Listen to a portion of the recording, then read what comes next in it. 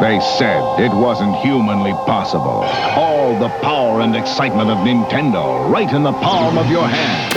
We've got something a little bit different for you guys today. There's something we saw a couple weeks back on the internet that was just too interesting to pass up. I mean, it was the right mixture of kind of weird, maybe bad, but maybe really good, so we had to order one to get our hands on and try it out. We just got it recently, and it's this guy right here, the Case Console. A little case for your phone that brings the promise of offering a Game Boy experience on the back of your phone, or at least that's the idea with this design on the back, which is clearly based on the original Game Boy. So let's check it out.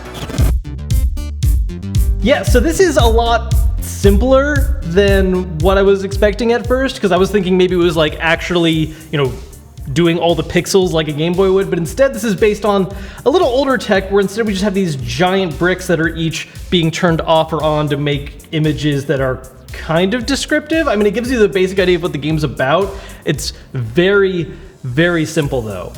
All right, let's see what else we got here. So yeah, it's a shooting game, racing, Frogger kind of, Brick Breaker, Tetris. Everything after I is Tetris.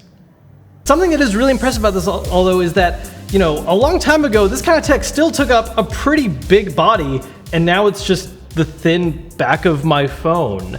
I kind of wish we had an actual old fat Game Boy so we could put them side by side to see how much these have just shrunk in comparison.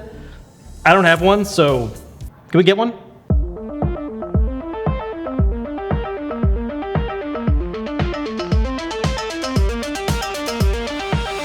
So needing an original Game Boy on such short notice, I called up my local retro video game store, Pixel Vault, and thankfully they had just one left. So went down and checked it out. It's kind of what we need, I think.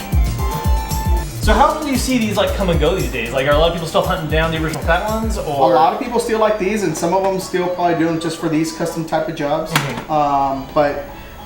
Then there are also the Game Boy Pockets. Right. Because me personally, it's quite similar to the size. Yeah, actually size-wise, these are a lot closer. Yeah. Yeah, because personally, I've always stuck with just the Advanced because it gives me that whole library going back. Exactly. Plus, you have the backlight without modding. But yeah. It's really cool to see that people actually took the initiative to do that with the older systems too, though. But for some reason, the grip on these older Game Boys, even the fact that they're just fat, it just has. It feels more comfortable. It feels more comfortable and it won't give you that carpal tunnel. Like when I was 7, this was probably really comfy. But as an adult, this is actually a lot better. Yeah. Comfort-wise, at least. Yeah, and they do last quite a bit. Only problem with these is that the LCD pixelation starts going out, but other than that, age coming in over time. But it's easily fixable though. Now, we may have spent just a little bit too much time in the store. We spent way too much time looking at all the different retro goodies, trying to get different ideas for how we can justify buying some of these collector's items. And in the end, we did buy the Game Boy, but we picked up a little bit extra, including a Game & Watch. Also, maybe a Vectrex. Quick, before moving on, shout out to Armando for letting us shoot in his store. If you guys are interested in retro games, make sure to check out his Instagram. So now that we have the original Game Boy on hand, it really is insane how much larger this thing is. I mean, realize that this is how big the case is on the phone. All that really matters for the working parts is this thin back part right here. So compare that to the Game Boy, which is thicker than the phone, not to mention taller. I mean, a little lighter maybe, but yeah, this thing is gigantic compared to it. And all that tech is now going in here. Now, something that was interesting that came up while we were at the store though, is that when you really break down how this phone case is working, it actually has a lot more in common with the Game Boy's predecessor, the original Nintendo handheld, which is the Game & Watch series, which came out back in 1980, a whole 9 years earlier.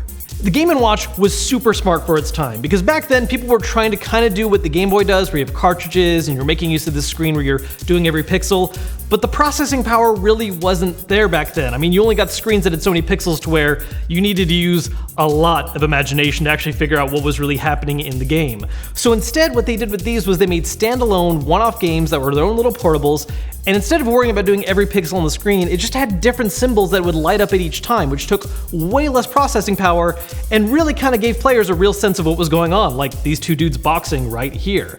And that's basically what this phone case is doing with all those larger blocks that it's just choosing to light up or not. Now, as cool as this was for its time, people still wanted to eventually accomplish the real full-blown idea of a portable console, something where you're actually able to interchange the games and not have to buy a whole new system every time you want something different. And that did finally happen in 1989 with the arrival of this Game Boy right here. Game Boy, only from Nintendo. Now you're playing with power, portable power. And what's really interesting about it too is that Nintendo was really hoping that its success would be based on putting a Mario game on it, but what really defined it is that one portable puzzle game we all know and love and can't get the song out of our heads, Tetris. It's insane to think how much those small handful of games really propelled this thing to success, because while the Game Boy is awesome, there were a whole bunch of competitors at the time that were making way more high-powered, interesting-looking systems that just had no battery life and no library, proving that in the end, this little handheld right here survived not because of having the best tech, but just because it had great ideas going into it. Something that established a legacy that got us multiple Game Boy revisions, introduced the DS, the 3DS, and now the Switch. So anyways, back to the case console, because that's what this video is about, I think. Or maybe it's just an excuse for us to buy retro stuff. Anyways, point is, the case console is neat. You know, I think it's a cool little idea. It's something that you can definitely have as like a fun conversation topic to show friends, but once you actually plan it for a bit, it's whatever. I mean, the best game on it is one of the 15 different versions of Tetris, which, if we're being honest, you could just download that on your phone, and it would probably be better, but it is a really cool looking case. I'm gonna keep using it. I'm just gonna rip the battery out so that I'm not constantly hearing the song every time I accidentally hit the on button in my pocket.